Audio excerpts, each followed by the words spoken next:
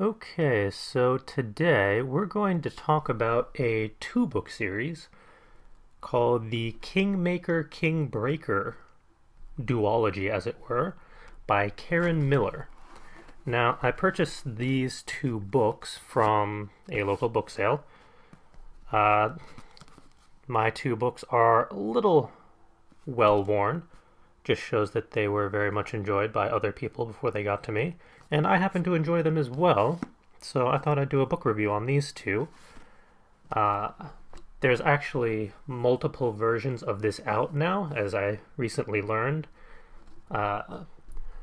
Karen Miller's website actually came up as Australia-based originally. I had to reset the region code so I could find the right covers to sort of match what I'm going off of, but as I said, the author is Karen Miller. Her own website is, conveniently, karenmiller.net, as you can see on the screen. She's actually written some interesting stuff that I was not aware of before digging deeper. She's actually done some Stargate SG-1 stuff, which I'm going to have to track down at some point, because I love that series. And whoever does the artwork for her covers is really awesome. Because there's apparently another series, the God Speaker series, which I'm going to have to track down because that looks pretty interesting. And she's also done some Star Wars stuff, not Star Trek. So yeah, interesting. Alright, let's start with book one, which is The Innocent Mage. Now, it's from 2007, so it's not old by any means, but it's not exactly brand new either. To give you an idea of what this series is about, the back cover for this one says, "The innocent mage is come, and we stand at the beginning of the end of everything." How's that for dramatic? Being a fisherman, like his father, isn't a bad life, but it's not the one that Asher wants. Despite his humble roots, Asher has grand dreams, and they call him to Durana, home of princes, beggars, and the warrior mages who have protected the kingdom for generations. Little does Asher know, however, that his arrival in the city is being closely watched by members of the Circle, people dedicated to preserving an ancient magic. Asher might have come to the city to make his fortune, but he will find his destiny. So yeah, the main character is called Asher, and he has a very amusing dialect that goes throughout both books. And it's one of the first times in a good while since I've actually read one of the main characters having a unique dialect that doesn't really... It's not like, this is my dialect, but hey, everyone else has it too. No, it's more like his little fishing village has their own mode of speech, and then you go up to the prince's place and they're a little more fancified. Alright, if that wasn't enough for you, the inside blurb, which is always interesting to read because it kind of gives you a little better idea of the style of writing rather than just the little elevator pitch on the back of a book. The inside one for this one is, "Without thinking, Asher jumped into the path of the frightened horse. A lifetime of sailing boats in untamed weather had honed his reflexes and made him indifferent to danger. Catching those flapping reins was just like laying hold of a loose halyard in high winds, battling the beast to a standstill not much harder than wrestling with a netload of fish reluctant to die. And besides, it seemed a shame for a fine animal like that to break a slender leg just 'cause some royal folderol couldn't keep his arse on the saddle. It'd be fine, I reckon," he said, determined that his elegantly clad prince was a man, like him, who pissed and farted same as all men did, and had nothing more special to recommend him than an expensive tailor. Don't seem like the beast's taken any harm, barrin' a fright." The prince glanced up at him. A flicker of recognition lit his eyes, and he nodded. Standing straight, he looped the reins over one arm, and then dusted his hands on his breeches. So it would appear, Barl be praised. He kissed the solid gold holy ring on his left forefinger. "He was a gift from His Majesty." "A great gift," said Asher. "Glad I could save him for you. I'd be fine too, by the way, case you were wondering." Yeah, so Asher has a bit of, it doesn't really show in the little preview, but he has a bit of a temper to him, and definitely an interesting personality to him. The first book really starts delving into the whole who has magic and how do they use it and why, and there's a decent amount of politics involved as well, since really only the ruling family is supposed to have the weather working magic, which kind of protects the overall realm from ultimate evil. Conversely, the sequel, which is the Awakened Mage, really delves in deep and explains everything that book 1 does not, as sequels tend to do. This one really gets a little messy. Certain people don't make it to the end, which that happens when you're fighting the ultimate evil. It's kind of an all or nothing deal. Some people don't make it, some good, some bad. That's the way it works. To give you an idea of how things have changed a little bit, the back cover for this one is "The evil foretold has risen, and we are all that stands between it and the end." Again, dramatic. Asher has come a long way for a fisherman's son. Together with his friend Prince Gar, he has defended their kingdom against its bitterest enemy, but at great cost.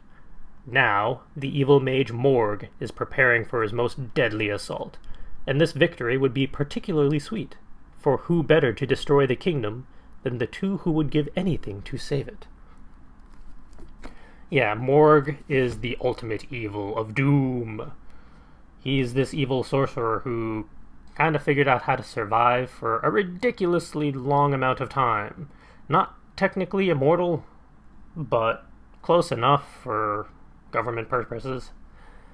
And the weather working magic is what kind of held him at bay, and then complications arise because of politics and stupidity and the way people just generally are. So then they have to actually fight him head on. And that doesn't go over very well, because the guy's had multiple lifetimes worth of time to plan and plot and scheme and figure things out and how to get around stupid human politics, or in this case just, I don't think they're technically called humans, they are what they are. They're human-ish. Good enough. For the inside blurb, it's a little shorter, but as Asher left the stable yard, frowning, a nasty thought occurred. Yesterday, Gar had gone to his family's crypt to create the effigies, but that wouldn't have taken all day and night. Not unless something had gone terribly wrong. Brisk walking turned into a fast jog, then an all-out run as he headed to House Torvig's private burial vault. He was panting, streaming sweat by the time he reached it. Glim fire still burned in the passageways. Not a good sign. He took 4 wrong turns before finally stumbling into the small, glimlit room Gar had selected to house the coffins. He found the king sprawled face down on the flagstoned floor. Okay, that's actually a lot easier to read than to speak.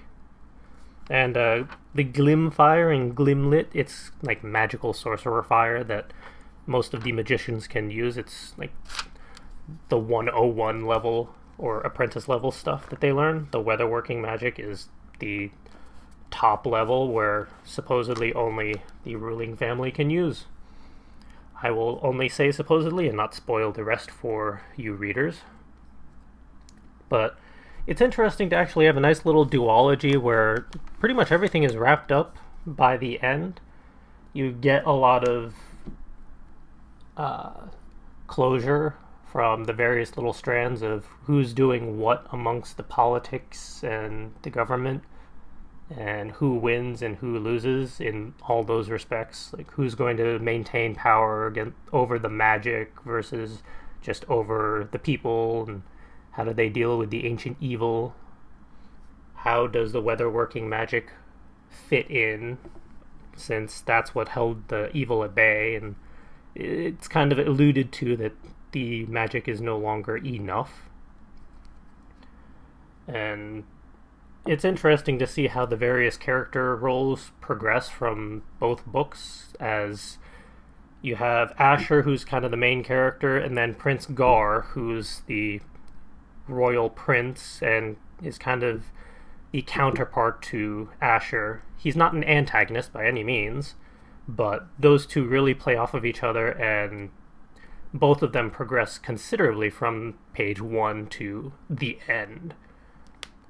And it's interesting to see how they kind of flip-flop in responsibilities. Sometimes one is more responsible than the other, one has more power than the other, and they go back and forth. And the various sidelines as to what their initial motivations were to kind of get them rolling through the plot change by the end considerably. I mean, Asher's primary goal was to kind of prove to his father that he can be his own man since he's a younger child, and he won't really inherit much of the family business. So he kind of goes off on his own, goes to the royal kingdom, and that's how he gets involved in all those shenanigans.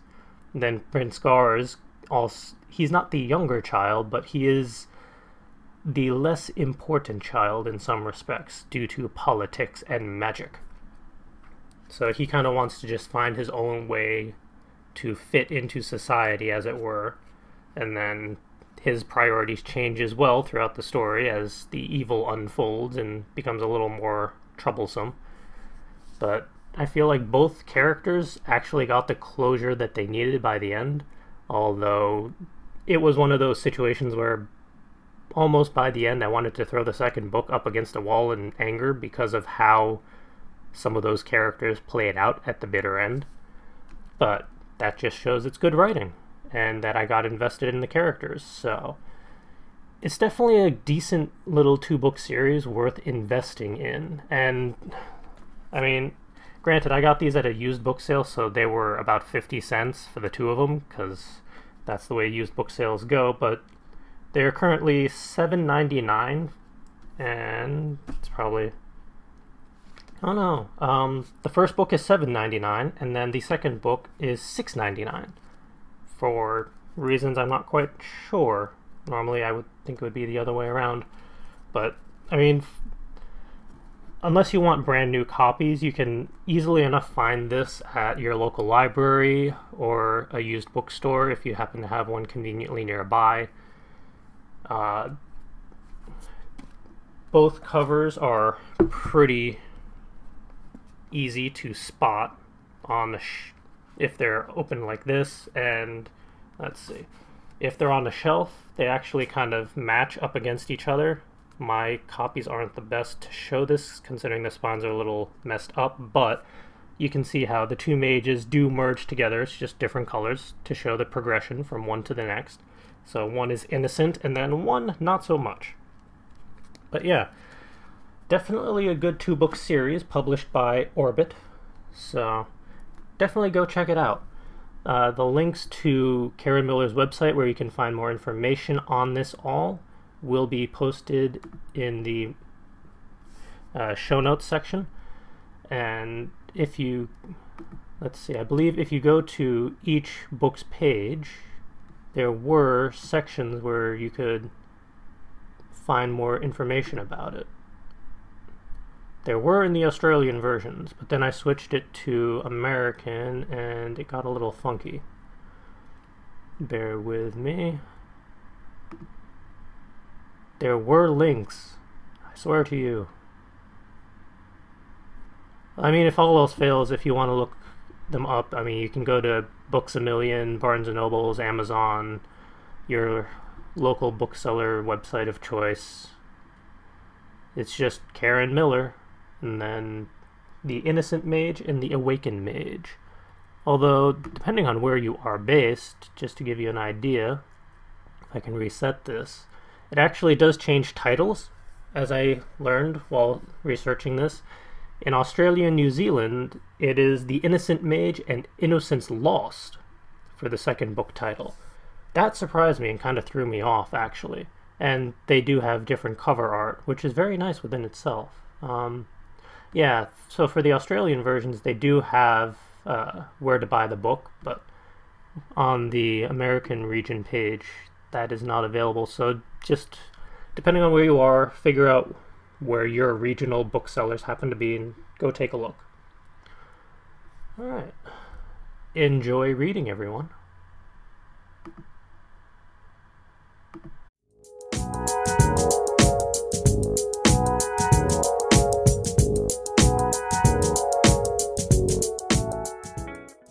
Start with book 1, which is The Innocent Mage. Now, it's from 2007, so it's not old by any means, but it's not exactly brand new either. To give you an idea of what this series is about, the back cover for this one says, "The innocent mage is come, and we stand at the beginning of the end of everything." How's that for dramatic?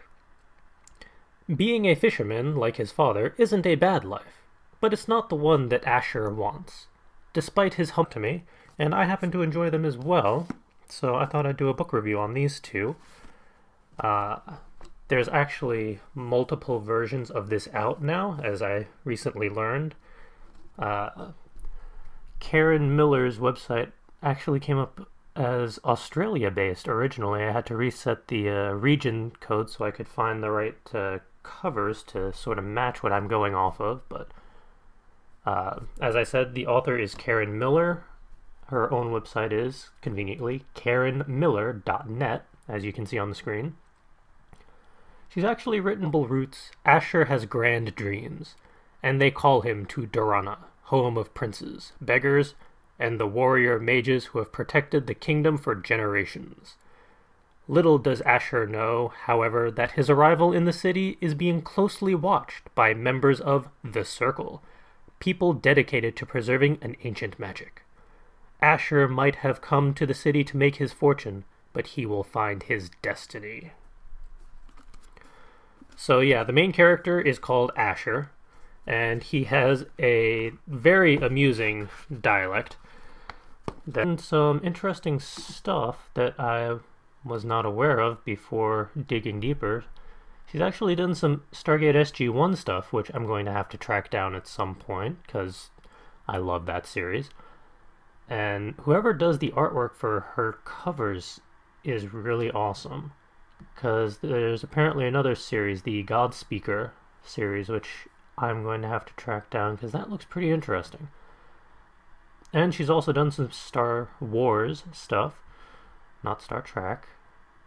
So yeah, interesting. Alright, let's...